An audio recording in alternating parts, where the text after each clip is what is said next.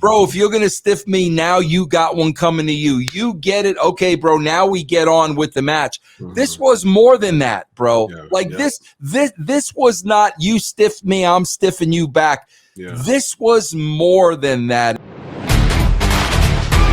There's been like conflicting reports on, okay, so I mean, because Foley, he even tweeted it, moving over to the Nia Jax and Charlotte Flair situation from their partial shoot segment on Raw during the match.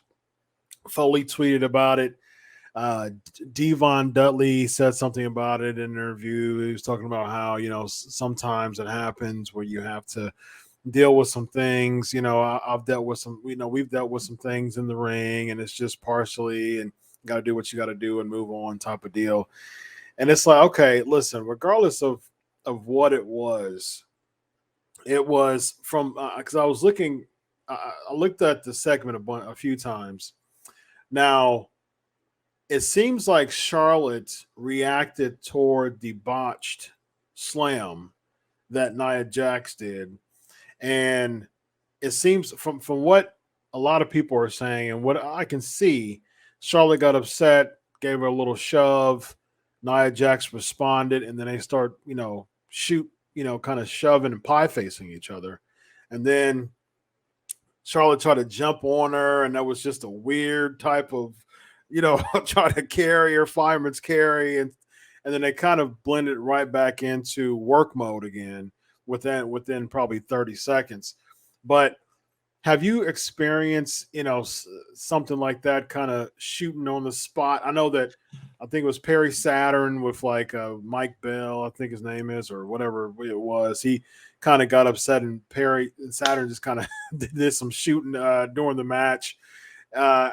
What is your experience on that, and how is that handled? Listen, I'm not one of the boys. I've been around long enough to understand it. Okay, bro. The way this usually goes down is somebody throws a stiff round. Okay, like you said, Nia botches the slam. Somebody throws a stiff round. So then, okay, bro, we've heard this a million times, Chris. There's a receipt coming. Yep. So I know I screwed up and I hurt you, and I know, okay, bro, there's a receipt coming and you owe me a receipt. Once that receipt comes, bro, then we're cool. Right. We're even Steven, bro. And that has happened where, bro, if you're going to stiff me now, you got one coming to you. You get it. Okay, bro, now we get on with the match. This was more than that, bro. This was not you stiff me, I'm stiffing you back. This was more than that. And I mean, you could see it was more than that. And like I said, proof to that, real quick, proof to that. I'm gonna back up what you just said. There was a spot probably a year or two ago with Brock Lesnar and Braun Strowman. And Braun Strowman did the knee. He kneed Brock in the face. It wasn't, he didn't do it on purpose, but it was a shoot. I mean, he hit him, legit, knee strike. And it was for real. And, Braun was, all right, that's time for you to get me back. And Brock did an uppercut and bam, it's just laid one right. I mean, Braun was like leaning down and he did a straight right to his head. Because you know what this looked like? This was the difference, bro. This was the feeling I got. This was the difference. It looked like Charlotte did not trust Nia.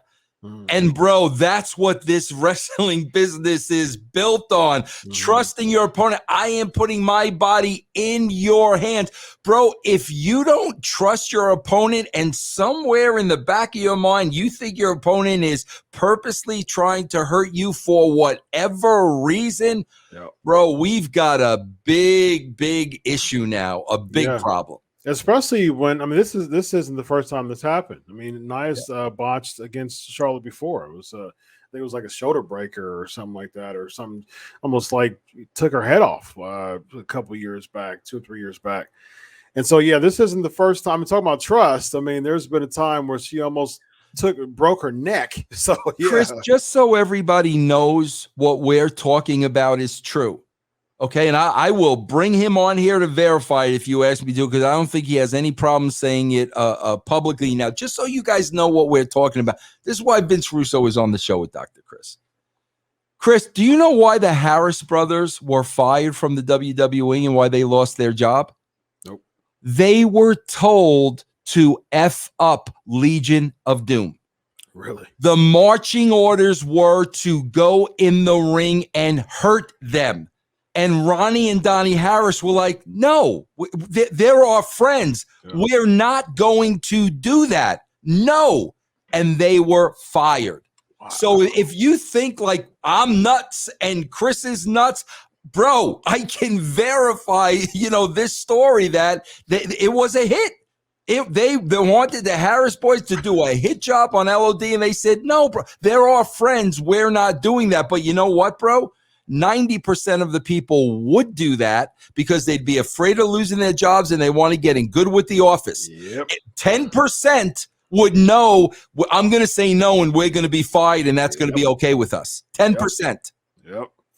And no, they try to get good with the office just for the office to fake promise them something just to change their mind at the at the 11th hour, like, oh yeah, change the plans, it's terrible. So well, very, very sobering, very somber moment, but we ended up with very controversial Charlotte Flair versus Nia Jax. We'll see how that unfolds. Until then, I know what will unfold is what will never unfold, Vince, is the partnership between you and I. Because Absolutely. We're like two peas in a pod, man. We were bounces before bouncies were cool. So. Yes, we were. He's Vince Russo. I'm Dr. Chris Featherstone. This is Riding with Russo. So long.